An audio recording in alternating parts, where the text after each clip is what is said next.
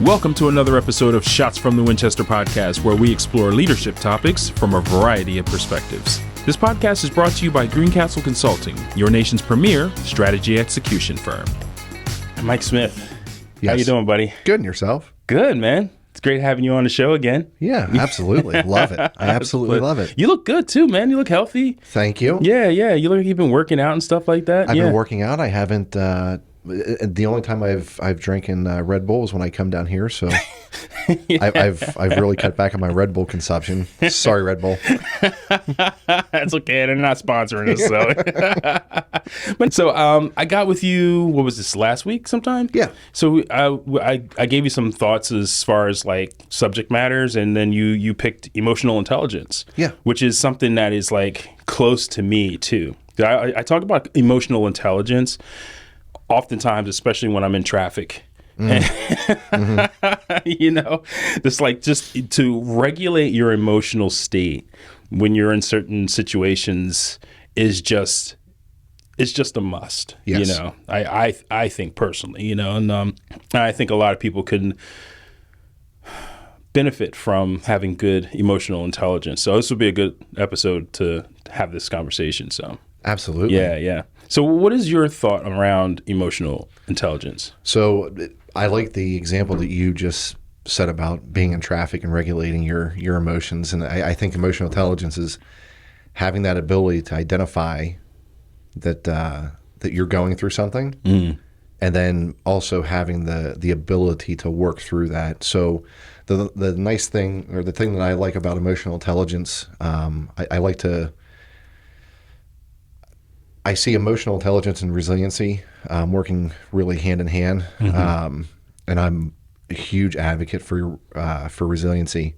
So, like in that example that you just had, like sitting in traffic. So now, when that's me, and believe me, that was me this morning coming into the office.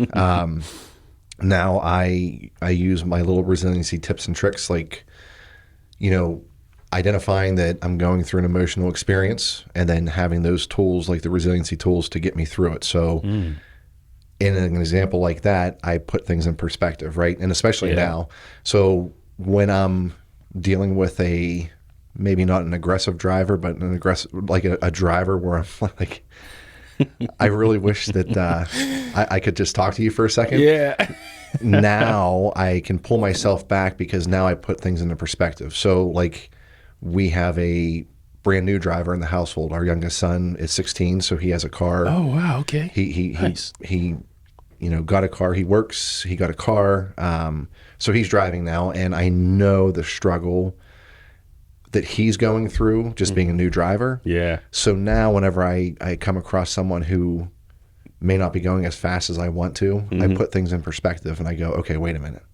Maybe that's a new driver. Yeah. So that could be my son. Right? That's someone's son or someone's daughter. So let me just relax here for a second, catch my breath, and move on from that. Dude, that's what I love about you, man. Like, you have that same kind of, it's that same kind of glow and that energy like I have. Like, I have changed the narrative. And I brought this up in an episode where I was talking about pretty much the same thing. And I was mentioning how I changed the narrative for myself so that I don't get to that level. You know, like somebody cuts me off in traffic, you know, maybe they're rushing to the hospital, right? You know, or maybe they just need to get where they're going faster and I need to get there today. Right. You know, and I used to say, oh, they're just rushing home to see The Simpsons, you know, like, because it was like so trivial. Yeah. Like, well, like, where are you going? Like, why do you have to go that fast? You know? Yeah. So it's like, I changed the narrative for myself so that it doesn't escalate for me. Yes. You know, like escalation can go quick. Like you can go real quick. There was this moment probably last year, and I started reading this book called Mind Hacking Happiness right after this, because I dropped my wife off at work. She was pregnant. And I had to make a left turn quickly because there was a truck that got stuck in the middle of the road in front of me and traffic was starting to build up. So I cut across and a guy is like walking across the street at the same time, I stop as he's walking across the street, you know, with plenty of time. He throws up his middle finger at me. I throw my middle finger up at him, and we're like, yeah. you know, like it's this is anger. And then that festered, that stuck with me the whole drive home, you know, for like 20-25 minutes or so. Yeah. Getting home. Like I was just like angry, like listening to Metallica, and it's like, you know, replaying in your head. Oh, if I could go back there, this is what I would do. Yeah, right? yeah. Like I would just pull over and like go out and like chase this guy down the street, and like all these things, the scenarios running through my mind. I was just like, dude, I have to lock that down. Yeah, I have to control that. Like there was nothing in that moment that needed to get me out of my skin like that. Yep. You know, and so I had to like try to figure that out, and so I ended up downloading this book because I listen to books more or less than just read them for the most part these days. Mind Hacking Happiness, and gave me some really good tips on like taking things off of my self map. Yeah, you know, like certain things that are aggravating to me or things that are setting me back. Just take that off of your map. Like you don't need that there. Like if it's going to do that, it's going to result in bad health, you know, bad relationships, bad attitudes. Yeah. You know, so I'm like, I can't do that. I don't want that. And I don't want my daughter seeing that, Absolutely. you know, out of me. So, yeah. Absolutely. Yeah. And it's funny you say about changing the narrative. Whenever I had to go to counseling a few years ago, usually around 2010, 2011, one of the reasons, like I had some pretty deep anxiety issues. And one of the reasons I would joke around with my wife. So I felt like it was hard to put into words how I felt, like what was going on in my mind. But back to your, like, someone's cutting you off, maybe, like I really truly thought that there were people that were like, woke up in the morning and they were like, I'm getting Mike Smith. I really thought that. Yeah. So the way that I explained it to my wife and my counselors and everything was, we got a dish pole, like we had satellite TV, right? Direct TV. And I didn't want it on the house. I wanted it on a pole in the backyard. So we're talking a pole, 1.5 inches in diameter. Right. In this backyard. Yeah. Big backyard. Yeah. 1.5 inches. That's the all real estate that was back there. Right. Concrete in? Oh, yeah. Concrete in. That's it. Yeah. For whatever reason. Yeah. That's where the dogs gravitated to. That's where any time that kids would play ball, that's what would hit. And we're talking like in this whole backyard, 1.5 inches, everything is gravitating towards that dish pole. The kids are running their Power Wheels into it. Yeah. And I would sit there and go, that's me. I'm that dish pole. Yeah. That's how I felt. I got you. You know what I'm saying? Yes, everything is going on, but somehow it's just like you park your car all the way to the back of the parking lot and somebody parks right next to you and dents your car. Exactly. So that's how I felt. But back to your point about changing the narrative, like I had to get out of that and going through and working through some process, some thought processes about, like they call it the ABC worksheet. What happened, what you perceive happened, what actually happened, like going through those things. So in reality, I'm not a dish pole. And like the only reason why I thought that everything gravitated to that was because those are the only times that I remember being mad, right? Yeah. Because as soon as something would happen to it, I was automatically triggered. Like I was mad. I was pissed. Yeah. But the dish pole was like, it had nothing to do with that. Right. It was just my train of thought. And that's where we all have to discover our own value as far as like emotional intelligence, as far as that goes, because I think we all have something like that triggers us. Yeah. I'm sure there's still things that trigger you now. There's just things that trigger me that I haven't quite figured out yet, and that's okay, because like the moment you figure out something's happening to you that you don't quite feel good about, you can make a change. Yep. You can change that. You can elevate yourself. You can do something about it. And I think that's what's important about emotional intelligence. Understanding when you need to use emotional intelligence is also a factor of emotional intelligence, right? Absolutely. Yeah. Like so, you have to read, like, you have to read the room. You have to read the people. Yeah. there's certain situations where you just have to be well grounded in the situation and understand what's happening. Yeah. And especially in a work situation, like a couple of episodes ago, we did one on burning bridges, building relationships and burning bridges, and having that emotional intelligence is part of the conversation that we had. And it's just like, you have to understand when to take a back seat to your emotions in certain ways. You have to be able to make sure that you're reading the room and not burning a bridge, not aggravating people in that way. Yeah.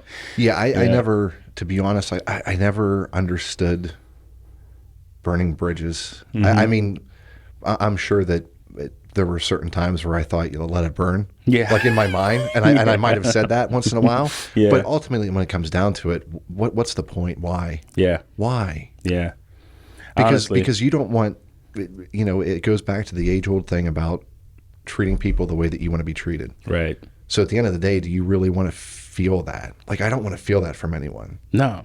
And I don't want to do that to anyone. So I also don't want to walk on eggshells around someone. Absolutely. I like to have an equal relationship with people and not feel like, oh, I pissed this guy off. Let me go around him. Right. Let me go this way instead of that way. That's just annoying. Like, you can't live your life like that. Not at all. That's so just not right. Not at all. Absolutely. Yeah. I got a definition here that I rolled out. I went to Chat GPT because that's what we do now. Like, we go to AI. How funny is it that you're asking AI about emotional intelligence? I know, right? It's not even real. Like, what is it now? But go ahead. It's just extrapolating everything we're already dumping into it, right?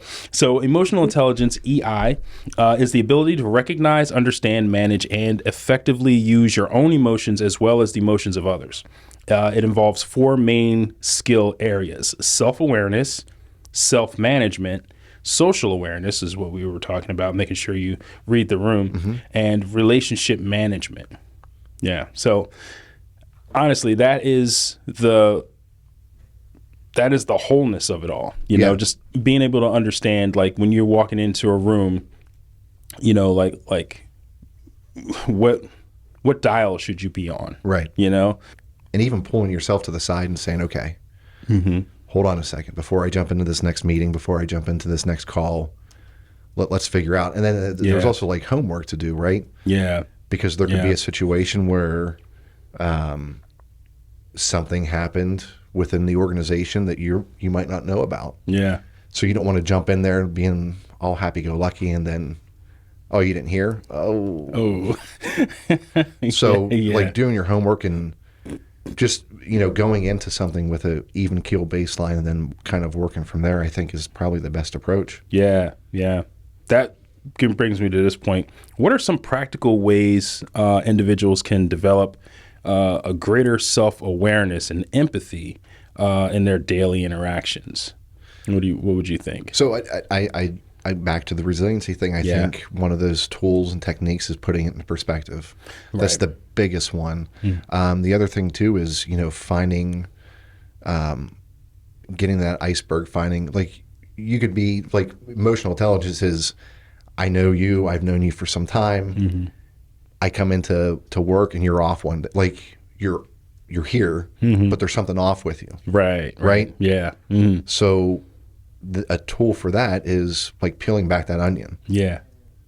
Like, instead of saying, what the hell's wrong with Al? Yeah. Like, actually going to you and saying, you all right? Yeah. What's going on? Yeah. You know what I mean? Yeah. Like, I think that's a tool that you can use, especially if you're comfortable with the person. Right. Yeah. For sure. Some people feel uncomfortable doing that. Feel uncomfortable approaching people about, like, how they feel. Yeah. And like the feelings for some reason are some kind of like taboo subject matter that we shouldn't, especially, it was us from the military and stuff like that. Oh, yeah. There's been a lot of like stigma against like having the emotional kind of, or at least valuing your emotions in that way, or being emotional in some way. And that's a hardship for a lot of people, especially people dealing with PTSD and things like that, because you've got this like this armor that is presented to you like you need to be this way. Right. and then that's how you are, even though you're kind of soft on the inside. You know, there's things that you need to get out.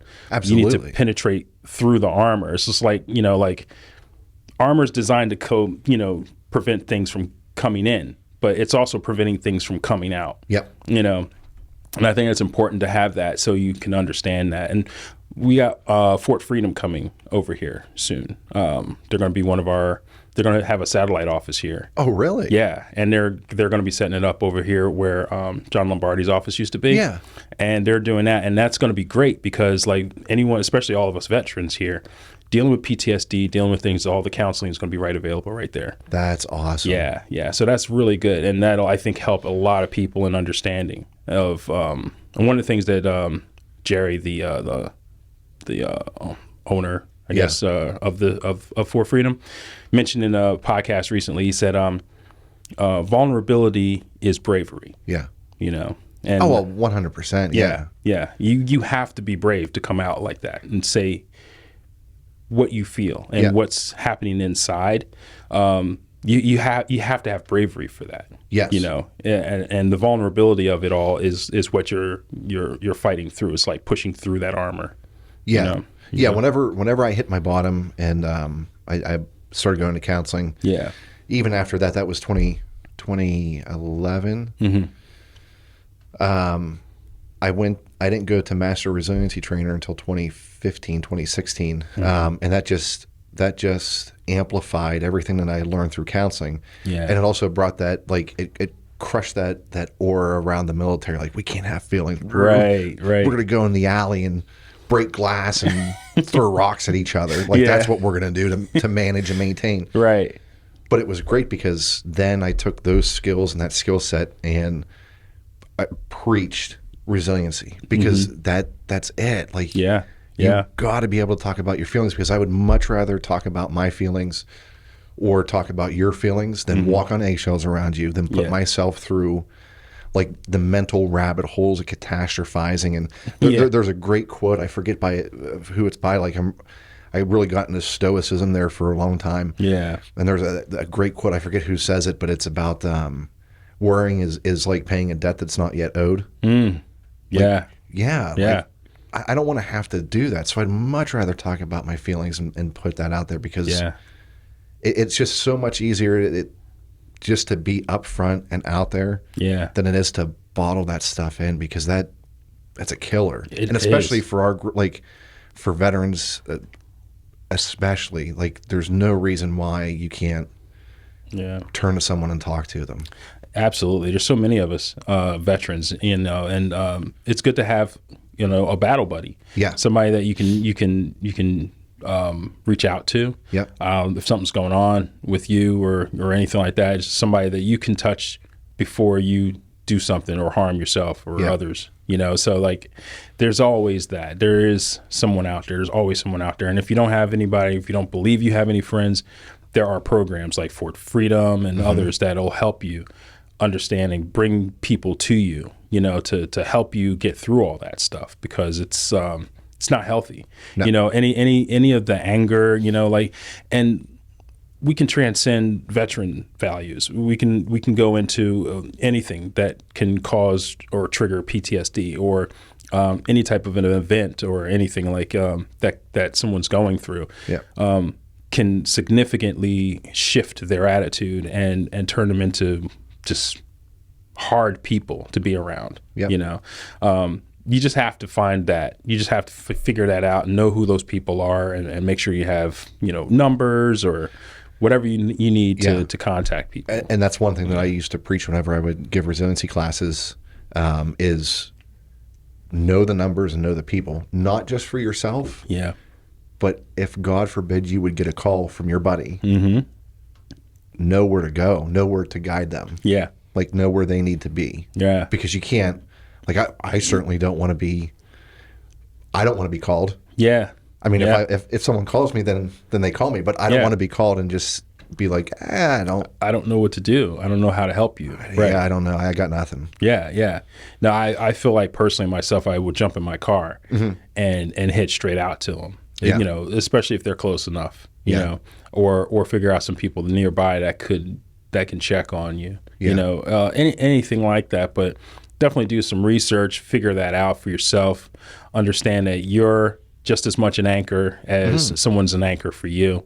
You know, because like we're just all trying to do our thing. We're all just trying to live our lives and do our, you know. That's what it boils down to. Yeah. It's like, Yeah. I just want to exist. I want my family and my friends, and I want everyone to be happy. And I know it's not like that, but Yeah. in my mind it is. Yeah. I mean, like we can make it that way.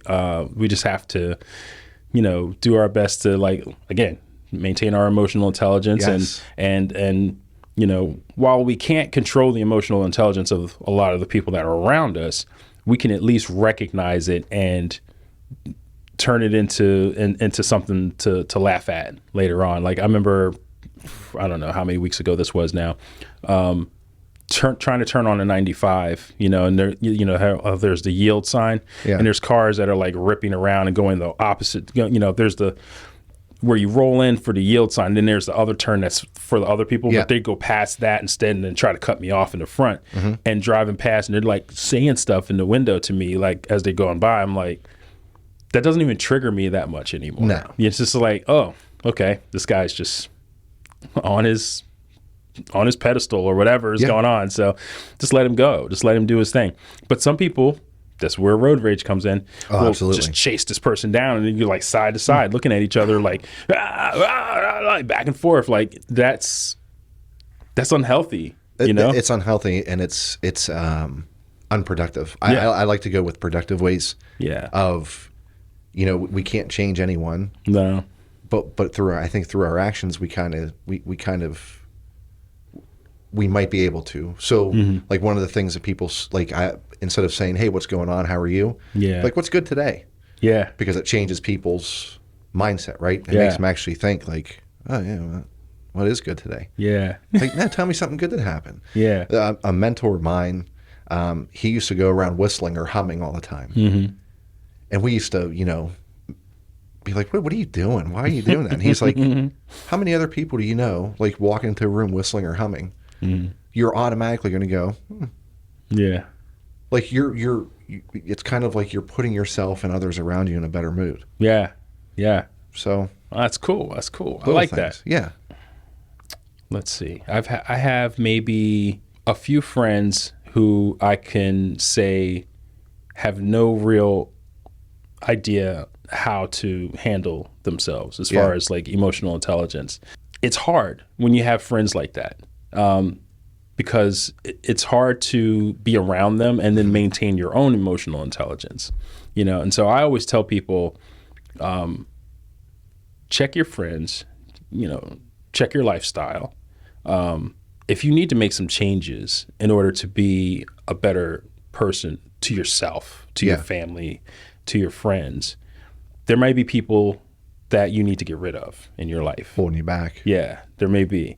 Some of those people might be family, which, you know, can be hard because you want to, you know, maintain your family. You want to support your family. You don't have to abandon people. Right. But you might want to just like kind of don't invest as heavily in those people, because it'll backlash on you. Yeah. You know, with all that anger and all that aggression and everything like that, it'll just backlash on you. So I'm always like, let's keep these people at arm's length here. Yeah. These people are great. You know, a lot of my friends are like business people, entrepreneurs, people that have goals, you know. And I love being around people that have goals. So I have goals. Yeah. And I want to be motivated by others who have goals. The ones that don't have goals have a tendency of dragging you back into this mindset of like, oh, you'll never accomplish that. You can't do this. You can't do that. I don't like the word "can't" for one. It's not in my lexicon. Yeah. You know, I can do things. I can do, you know, whatever I put my mind to. Absolutely. You know, and it's important to know that. And it's important to value that in yourself as well, because if you don't, you know, you're just going to be stagnant, and that's not healthy either. No, it's not. Absolutely not. Yeah. And I think, you know, being stagnant, having goals, I think that's a huge thing when it comes to emotional intelligence and that reciprocating factor of it, right? Like having goals, it makes you it makes your mind continue to work. It makes you want to strive for something. It makes you want to strive to be better, I think. Yeah. Because like my youngest is, again, he's still in high school, and he's kind of going down the trade route. He wants to do like supply chain logistics. Oh, okay. Right. And I'm like, that's awesome, right? Learn how to drive that forklift. Yeah. But don't settle at that. I want you to own the company that operates the forklift. Right. Like have those goals set up. Yeah. And then strive for that. Like, don't just settle for, I'm not saying there's anything wrong, but never settle. Right. I've never settled, and I don't want my kids to ever settle for keep pushing yourself. Because I think that stagnation leads to, that's whenever you start going down thinking traps and you start catastrophizing and you start like worrying about things that haven't even happened, but in your mind that they did. Yeah. Yeah. So now you're stuck in this. It's like the U2 song, "Stuck in a Moment You Can't Get Out Of." Yeah. Right. Like that's what happens. That's true. That's so funny. I was just thinking about a song. I was thinking about Rage Against the Machine, where it's just like, I don't want the cars. I want the machines that are making them. Yeah. And that's so true. You know, like, you don't have to settle for what the assumption is. Like, when I was growing up, you know, my expectations of growth was work at a warehouse somewhere, you know, get a 401k, retire with a minimum amount of money. Yep. And that's a good life, you know, and it's fine, but, you know, there's no strive there. You know, a lot of my family and people, they just didn't have that same strive to go that extra mile. And so my dad always told me, you know, you can do anything you put your mind to, you know, and I tricked myself into thinking, no, I'm not that good. You know, there's a lot of systematic barriers in the way, you know? So I was like, that's not for me. That's those guys doing that stuff. You know, like, I always wanted to be a filmmaker. You know, I was always watching movies. I always like got into that stuff, and like I would look at them like, you know, like I don't have the legacy money. You know, I don't have the backing. I don't have the rich dad. You know, who can give me $1 million to start my business. You know, I don't have that. I have nothing. I have to start from scratch.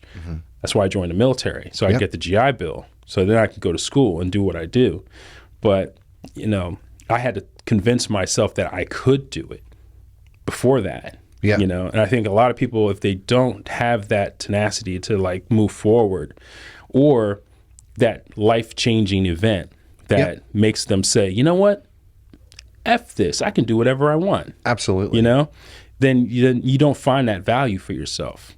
And I'm very thankful that I was able to break that cycle. Because I know I'm one of the first people in my family to, you know, excel from that, get a decent job doing what I do. You know, I worked my business as a video producer for over 20 years, you know, and still working it, you know? So like, I feel good that I broke that cycle. But it's not easy. It's not easy to. You have to recognize that it is a cycle first before you can even break it. I think you have, like, to your point, I think you have to have, there has to be a catalyst. And whether that's an event or whether that's, you know, a good group of people, whether family or friends that are constantly pushing you. Like, those are the two things that, because like you get to a point where you can either accept status quo and be comfortable. Or you say, piss on that. I want more. And feel good to go after it. Absolutely. Too, you know, even if there are have barriers. the confidence to go after Exactly. That's the other part. Confidence is a hard thing to accomplish too for some people. Like, I've talked on this show about imposter syndrome being a huge issue. I still deal with some aspects of imposter syndrome, but I go to a salon to get my hair done, right? And because if you're watching this on YouTube, I have got locks, and you know, you can't just let them go. You have to maintain them. I know a lot of people think about locks and they think, oh, you're just you know, letting your hair go, just fly nests in there and all. No. You actually have to maintain your hair way more than most people have to in that case. 'Cause otherwise, you know, because your skin can get all crazy. So you got to maintain it. The person that washes my hair, he heard one of the shows that I talked about, imposter syndrome, and every time he washes my hair, he's talking about imposter syndrome. He does not appear to have imposter syndrome. He has a level of confidence that I wish I had. Yeah. You know, in everything. You know, and I get to a point where I'm like, if I'm not great at something, then I have a tendency of pulling back and not giving it my all. Right. You know, until I know more about it. But once I dig into it and I have all the information around it and I've practiced, I feel so much better about it. That's where I need to like pick up the ball and be like, get in there and dig in there and get better at it. Yeah. Absolutely. Yeah. And that's where the confidence comes from. Yep. Yeah. And it's the confidence in knowing that you're probably going to fall at some point. Mm-hmm. That's all right. Because I'd listen, I always say this, and it's one of the truest things that I go with is I would never enjoy meeting a person who's never failed. Yeah. Never. Yeah. Yeah. Like why would I want to meet that person? Why would I want to have anything to do with There's it? nothing really you can learn from them. What exactly? Yeah. Yeah. Cause like you have to know, it's like, this is what's happening to me. That's never happened to them. So in a person who's never failed, how are they going to have emotional intelligence? How are they going to show it? Right. They're not, because they're not going to be able to empathize with you. Right. With any of the struggles that you're going through. Right. Right. Yeah. Yeah. So having that confidence even in failure, and understanding that sometimes failure is success. Yeah. Yeah. Because if not, then you're just moving the goalpost, and you know what I mean? Right. Yeah. I can say, like, there's some things in the military that that they move the goalpost on sometimes. Yeah, for sure. And they refuse to accept failure, even though that should be seen as success in certain aspects. Right. Right. Honestly, because you can't grow from anything like that. You can't. You have to understand, how it feels on both sides. Yeah. It's like martial arts. I grew up doing martial arts. You know how to give a punch, but you need to know also how to take a punch. Yeah. And if you don't, you don't know what you're doing to your opponent, and you don't know how to take it when your opponent does that to you. Yeah. So if you don't know how to take that punch, and all you know how to do is give it, when you get that punch, you don't know what to do with it. Yeah. You just falling all over the place. You just don't know how to handle it. And so without that, that would be considered a fail if you missed the block. Yeah. But you got punched in the face. How many times do you think Mike Tyson got punched in the face? Yeah. I mean, in order to get a rock solid head like that. Oh my God. And to be able to shake it back off and like come back at you, you got to take some licks. Absolutely. So that is what you need to consider when you're thinking about like, hey, I need to get some bars on my on my lapel here, get some experience, because without that, it definitely doesn't give you the same value. No. Yeah. This is a great conversation, man. Absolutely. I love talking about this kind of stuff. Absolutely. Yeah, this is great. This is fantastic. Have a little whiskey and some cigars and just sit back on the deck out there. Like we got a happy hour coming up pretty soon, I think. Oh, yeah. Yeah, we should probably continue this conversation there, too. Oh, my God. We could solve so many problems. So many of the world's problems. All over the planet. All over the planet. All it is emotional intelligence. That's all it is. That's it. If we could just all just chill. And like, yes. I always say like, I'm more likely, I would love to just be able to like have a cookout and cook for people and just enjoy life. I don't want to have to argue with people. No. I don't want to have to be like, like you're this and I'm that. None of that stuff makes sense to me. Like, as far as I'm concerned, we're all human beings. None of that stuff makes sense, nor does it matter in the grand scheme of things. It doesn't matter. It doesn't. And the fact that people make things so much their problem, right? Yeah. That aren't their problem, nope, whatsoever. Worry about what's in front of you right now. There's no reason to think about the past, nope, because the past is the past. You can't change that, and you don't know what the future is, So if you're worried about the past or thinking about the past, all you're doing and bringing anything from the past with your anger and everything like that, all you're doing is ruining your presence. Yes. Your present. And the present is now being infected by your past energy and your anxiety. That's things that are future that you have no control over. Yeah. You know, so like, don't ruin your time right now. No. With all that energy. It doesn't help you. It doesn't help anyone. That's the key, right? Yeah. It doesn't help anyone. Right. Because that you could beat yourself up and browbeat yourself for the smallest thing. Yeah. And you can keep that inside. Yeah. But the minute that starts to bleed over, then that's when it really starts affecting other people. Yeah. And it's like the misery loves company thing, right? Yeah. Yeah. And I was hugely guilty of that, hugely guilty of that, until I was able to get my emotional intelligence in a place where I was able to identify my surroundings and those around me. Yeah. Because I used to be that misery. Like, I'm pissed off today. What are you happy about? Right. No, piss on that. You're coming down with me. Like, that's how I used to think. Yeah. And then, you know, that's not productive, and it's not fair to you. Right. Yeah. That's so important, man. I totally agree with that. You know, I had the same issues, like just being angry, you know, like my former relationship, you know, the state of the world, everything was just like, I also have a tendency of seeing patterns and not unseeing them. And so when I see things that are happening that are just like, well, here we go again, you know, kind of thing, it's really annoying, especially on a grander human scale. It's like, I feel like a lot of childish energy is just perpetuated. And it just feels like, come on, guys, like, you're an adult. Yes. Yeah. You're an adult. Some of these things are things you should have learned when you were 8.